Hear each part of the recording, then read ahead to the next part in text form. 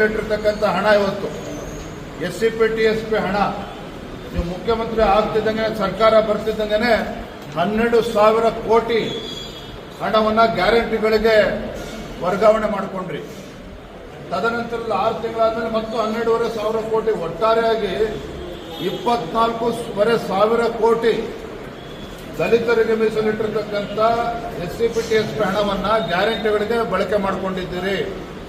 ನಮ್ಮ ಆರೋಪ ಅವತ್ತಿನಿಂದಲೂ ಕೂಡ ನಾವು ಹೇಳ್ತಾ ಇರ್ತಕ್ಕಂಥದ್ದು, ಇವತ್ತು ದಲಿತರ ಉದ್ಧಾರಕ್ಕೋಸ್ಕರ ಇಟ್ಟಿರ್ತಕ್ಕಂಥ ಹಣವನ್ನು ನೀವು ಗ್ಯಾರಂಟಿಗೆ ವರ್ಗಾವಣೆ ಮಾಡಿಕೊಂಡು ದಲಿತರಿಗೆ ಅನ್ಯಾಯ ಮಾಡಿದ್ದೀರಿ ಅಂತಕ್ಕಂಥ ಸ್ಪಷ್ಟವನ್ನು ಅವತ್ತಿಂದಲೂ ಕೂಡ ಆರೋಪ ಮಾಡ್ತಾ ಇದ್ದೇವೆ.